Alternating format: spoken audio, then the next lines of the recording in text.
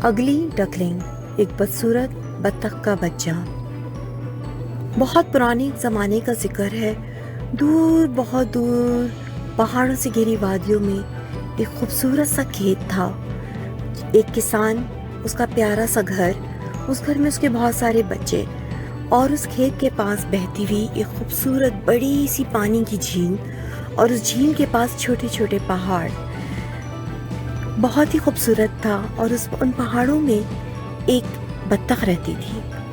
اس بطخ کا بڑا اچھا سا چھوٹا سا گھر تھا۔ اس گھر میں وہ بطخ روز پانی سے تیر کے آتی تھی، اور اس کے پاس ایک ٹوکری تھی، اور اس ٹوکری کے اندر 7 انڈے تھے، 7 ایگز۔ وہ روز ویٹ کرتی تھی کہ ان انڈوں میں سے اس کے بیبیز نکلیں گے۔ کافی دنوں کے بعد ایک دن وہ پاس بیٹھی ہوئی انڈوں کو دیکھ رہی تھی کہ انڈوں میں سے کریک کریک کی آوازیں آنے لگی۔ ایک ایک کر کے انڈے ٹوٹنے لگے، اور ان میں سے پیارے پیارے یلو کلر کے بہت ہی کیوٹ بطخ کے بچے نکلنے لگے۔ وہ بچے بہت کیوٹ تھے۔ 1 2 3 4 5 6 بطخ کے بچے نکل چکے تھے، اور 7واں انڈا ویسے کا ویسے ہی تھا۔ اب سب کے سب 6 بچے اور بطخ اس انڈے کو دیکھ رہے تھے کہ اب اس میں سے کب بچہ نکلے گا تاکہ سارے بیبیز باہر آ جائیں۔ تھوڑی دیر کے بعد اس میں سے بھی کریک کی آواز آئی، اور اس میں سے ایک بیبی برڈ نکلی جو ان بچوں کی نسبت تھوڑی سی بڑی تھی، لیکن وہ یلو نہیں تھی، وہ کیوٹ بھی نہیں تھی، وہ وائٹش اور گریش کلر کا مکسچر تھی۔ بطخ کو اسے دیکھ کے بڑا افسوس ہوا کہ یہ تو بڑا بدصورت بیبی نکلا، اور دوسرے بیبیز نے بھی اس کو پسند نہیں کیا۔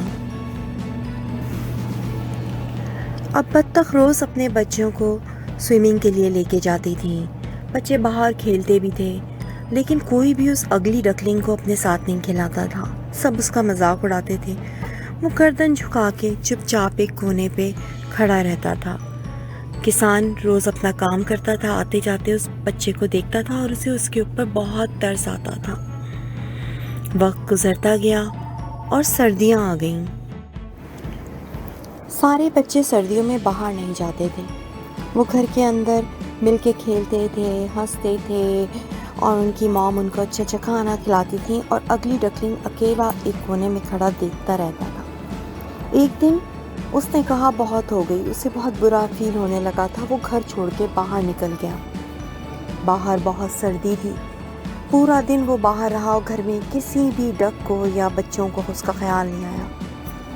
اس دن کسان صبح جب کام پہ جا رہا تھا تو اس نے بچے کو باہر دیکھا۔ جب کام سے وہ واپس آیا رات کو، تو بھی وہ بچہ وہیں اکیلا پہاڑ پہ سردی سے کانپتا ہوا بیٹھا ہوا تھا۔ کسان کو اگلی ڈکلنگ پر ترس آ گیا۔ وہ اسے اٹھا کر اپنے گھر لے آیا۔ اس کا گھر گرم تھا۔ اس کے گھر میں آ کے اس نے اپنے بچوں سے کہا کہ دیکھو، اس کا خیال رکھنا، اس کو دانا دو، اس کو پانی پلاؤ، اس سے کھیلو۔ اس نے اپنے بچوں کو ہدایت دے دی، مگر اس کے بچے بہت شرارتی تھے۔ کبھی اس کے پیچھے بھاگتے، کبھی اس کو پکڑ کے ہوا میں اچھالتے۔ کھانا پینا تو دیتے تھے، لیکن اسے تنگ بہت کرتے تھے۔ کچھ دنوں کے بعد وہ بچہ بڑا پریشان ہو گیا کہ ایسے تو یہ میں مر جاؤں گا۔ وہ کسان کا گھر چھوڑ کے بھی باہر نکل آیا۔ چلتے چلتے جھیل کے کنارے پہنچا۔ وہاں تو برف ہی برف تھی، پوری جھیل فروزن ہوئی ہوئی تھی۔ جھیل کے پاس پہاڑ تھے، پہاڑوں میں ایک چھوٹا سا غار تھا۔ وہ اگلی ڈکلنگ پریشان ہو کے اس غار کے اندر جا کے چھپ گیا۔ دن گزرنے لگے۔ غار کے اندر وہ کیڑے مکوڑے کھا کے زندہ رہا۔ سردیاں چلی گئیں، کئی مہینے گزر گئے۔ باہر سورج چمکنے لگا تھا، پانی بہنے لگا تھا، بہت ساری چڑیا، پرندے، پھول، پودے سب آ چکے تھے۔ وہ ڈر کے مارے باہر نہیں نکلتا تھا کہ لوگ اس کو کہیں گے کہ وہ بدصورت ہے، کوئی اس سے بات نہیں کرے گا، کوئی جانور اس سے کھیلے گا نہیں۔ ایک دن وہ ایسے ہی غار سے گردن نکال کے باہر دیکھ رہا تھا کہ آسمانوں پر بہت سے خوبصورت سفید ہنسوں، جن کو سون بھی کہتے ہیں انگلش میں، کا گروپ اڑتا ہوا جا رہا تھا۔ ان کی نظر اس پہ پڑی۔ انہوں نے کہا وہ دیکھو کتنا خوبصورت ہے وہ پرندہ، آؤ اس کے پاس چلتے ہیں۔ وہ سارے پرندے اتر کے نیچے آئے اور اس غار کے پاس پہنچے اور اس کو پکارا کہ تم پیارے بچے، تم کتنے خوبصورت ہو، باہر آؤ، ہم سے بات کرو۔ وہ ڈر کے مارے اندر اور اندر چلا گیا۔ تو وہ ہنس کی جو موم تھی وہ آگے گیٹ تک آئیں غار کے، اور انہوں نے کہا اے پیارے بچے باہر آؤ، میرے پاس آؤ، مجھ سے بات کرو، ہمارے ساتھ چلو، ہم تمہیں اڑنا بھی سکھائیں گے۔ وہ ڈرتا ڈرتا نظریں جھکائے باہر آیا۔ اسے ڈر تھا کہ میں اتنا بدصورت ہوں، جب یہ لوگ مجھے دیکھیں گے تو یہ لوگ بھی مجھے چھوڑ کے چلے جائیں گے۔ انہوں نے تو بہت پیار سے اس کو ویلکم کیا۔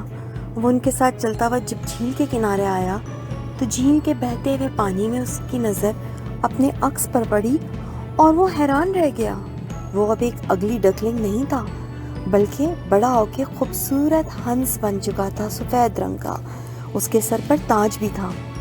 اس نے اللہ کا شکر ادا کیا کہ اللہ میاں آپ نے مجھے اتنا خوبصورت، اتنا اچھا بنا دیا۔ اور پھر وہ اپنی نئی فیملی ان ہنسوں کی ساتھ اڑتا ہوا آسمان میں دور، بہت دور چلا گیا۔